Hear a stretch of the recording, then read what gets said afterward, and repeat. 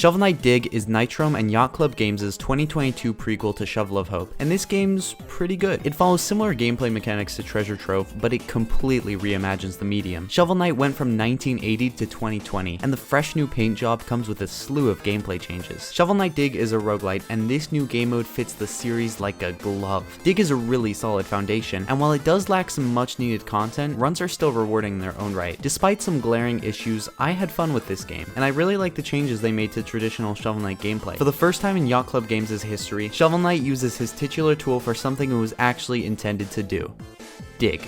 Drill Knight, captain of the Hexcavators, has stolen your treasure bag and all the important loot in it. To retrieve it, you'll need to dig through 5 biomes and stop the villains waiting at the end of each of them. If you die, it's game over, and you're sent back up to the surface where you can stimulate a small town's entire economy. A portion of your gems will be sent up above to unlock more items, but the remaining jewels scatter across the biomes for you to collect and use in your next run, allowing you to purchase upgrades from the vendors dotted around the terrain.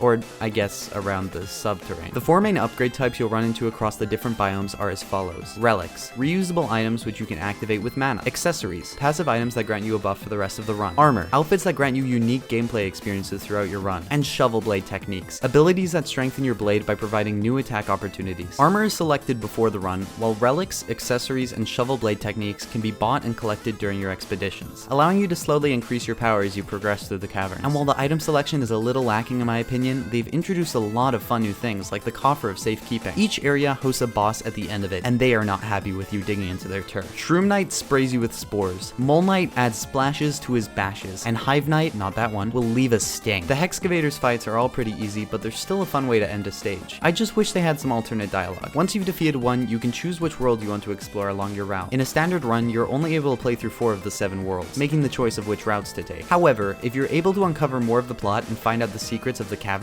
you're able to go through all 6 biomes in a row to determine the true purpose of the Hexcavators expedition. These new biomes are really cool, and going through them all in a row is a pretty tough challenge. These environments are all brand new and feature never before seen enemies. It's really neat to see, especially with the fresh new art style. I really love how this game looks. It's a treat to the eyes, and it's awesome to see Shovel Knight in a modern pixel art style. And as per usual, Jake Kaufman has composed some banger tracks. His musical talent has even more room to shine now that Shovel Knight has left its chiptune style. I mean, have you heard Pest, friends? Though I am starting to wonder if I just like all songs with the word pest in it. Real talk though, the movement's really responsive. The game's controls have a fair amount of detail to them, yet they remain simple enough to pick up and play. This simplicity is probably because of the mobile audience Shovel Knight Dig is targeting, which honestly feels like a weird demographic to hone in on, but Apple Arcade just pays well, I guess. This game genuinely has some really solid elements to it, but like Pocket Dungeon, it's a little shallow to me. Its amount of content doesn't nearly match the price point it's asking for, and other roguelites like Noida and Spelunky 2 don't only offer more, but cost less as well. I guess I'm just bummed that Yacht Club Games is charging a premium for what's essentially an upscaled mobile game. Shovel Knight is taking the Gungeon approach, where they follow up their beloved indie title with a just alright mobile app. But unlike Shovel Knight Dig, Exit the Gungeon didn't cost the same price as Hades. I really like this game, but I just don't think it's worth it right now. It's got great art, fun gameplay, and fantastic music, but not enough substance to justify its hefty price. So with all that in mind, would I recommend Shovel Knight Dig? Yeah, probably. Just wait for a sale. Anyways, that's it for this video. I'm probably done covering Shovel Knight for now, so yeah. Subscribe!